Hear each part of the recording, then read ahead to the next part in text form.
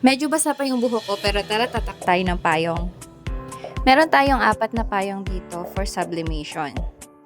We do sublimation on items like umbrella, t-shirt, jacket, tote bags, mugs, and tumblers.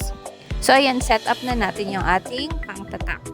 So ito yung ginagamit kong pangtatak ngayon, yung 9x9 na heat press namin para mas abot niya lang yung area na pagtatatakan natin.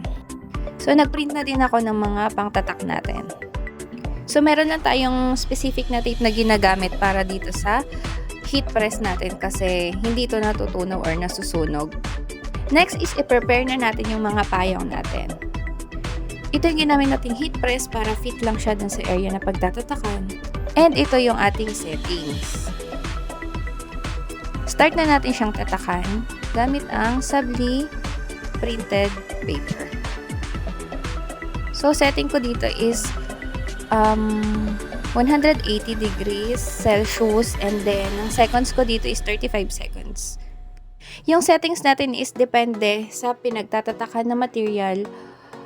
Kung manipis or makapal siya, depende kung madali siyang masunog. So, yun, tinitimpla natin yung init and yung kung gaano katagal siyang mag-heat press. Dahil nga tried and tested na natin itong sa mga payong, meron na tayong settings para dito. So, ang ending, mas matagal pa nga ang pagre-record ko kaysa sa pag-heat press ko dahil napakadali lang. 35 seconds for each umbrella. Done!